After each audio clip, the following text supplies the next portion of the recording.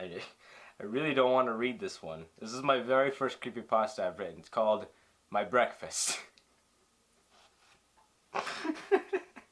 It's a stupid title. I don't want to read that one. But I have to now. Have you ever heard of an urban legend that sounded so stupid, but in the end it was a scary experience? It began about 3 years ago. I love SpongeBob SquarePants so much. You know, it was my favorite show to watch after school. I'd go ahead and watch it since the day I was born. It was the only show that knew how to capture comedy and even throw a little bit of drama into the show. Then when I turned 14, I started hearing and seeing some so-called creepypastas of SpongeBob SquarePants called Squidward's Suicide, about shooting himself and crying because he was booed off at a concert, or the Patrick's Leg one, about Patrick getting injured, gets taken to places with girls, and SpongeBob gets jealous, so he gets mad at Patrick, then rips off his leg and repeatedly stabs SpongeBob, while demonically laughing. I'll admit, they're pretty freaky, but they're nowhere near as fucked up as this incident was. I'm now 16 years old. I haven't been watching SpongeBob that much anymore, mainly because my schedule's all messed up. I have a job working at a pizza parlor, delivering or making pizzas. And I was working one day, and my friend Brian came to my job. Brian quit his job about a month ago. Boss was giving him problems and all that.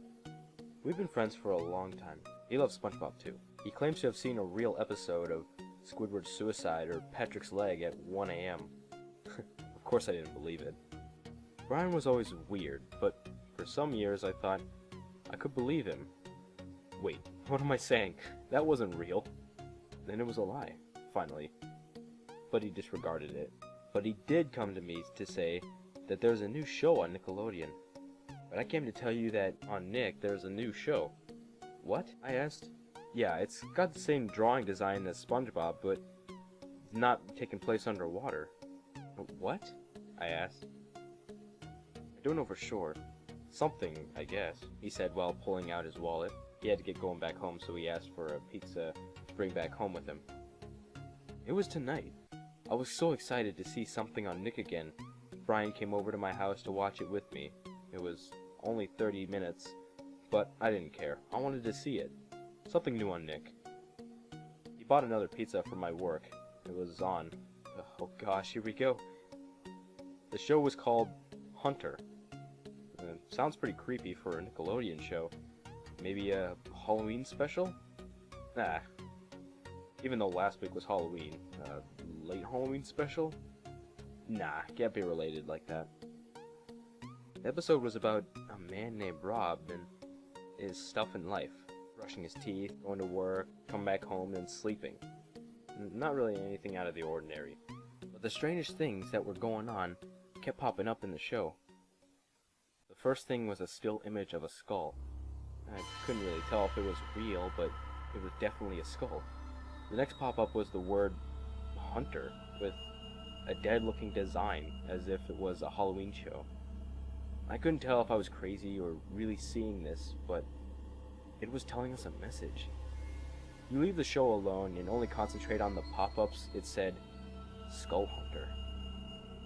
The next pop-ups were of an S, the word hunt, then not, then for, then...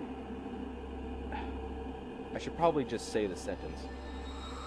Skull hunters not hunt for food nor skulls, but to bring slow, painful torture. The last pop-up was the word torture before showing the episode's last 5 minutes.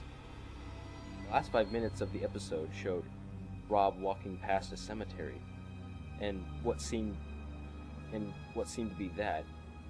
He gets pulled into the cemetery by a skeleton. A dirty, rusty-colored, brown, live skeleton. More like if it were buried in feces without a coffin. It made me and Brian jump. It scared the shit out of us. I literally screamed fuck when it happened.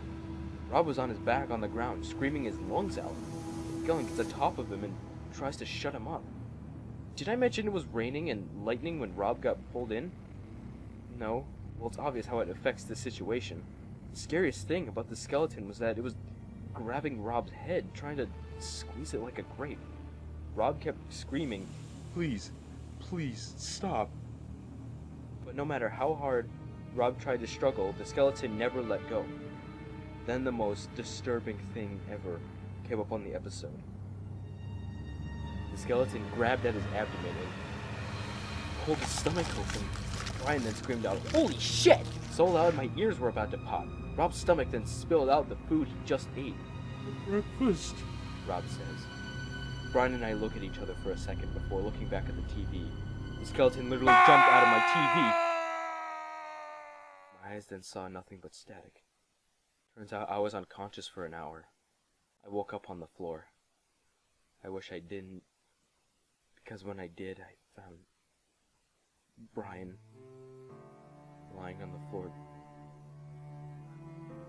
dead. No longer a living, breathing human. His lifeless body lays on my floor with a big pool of blood dripping out of his right side of his head, through his temple. "Oh my gosh," I said. Then I see a flickering underneath the door in my bathroom.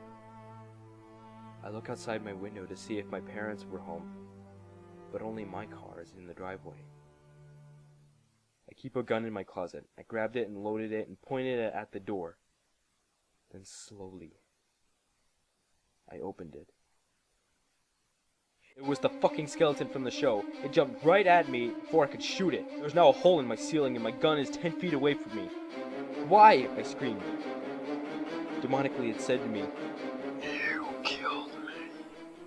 My whole life flashed before my eyes. Looking back, I remembered my old friend. I killed my friend.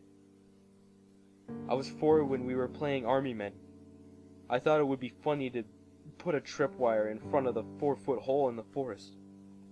He did trip over it, but it wasn't funny. His neck snapped when his head fell on the edge of the hole. "I'm sorry, Hunter." He crushes my skull. This is my spirit talking to you now. He has possessed my skeleton now, killing anyone who gets in his way. Hunter is still out there.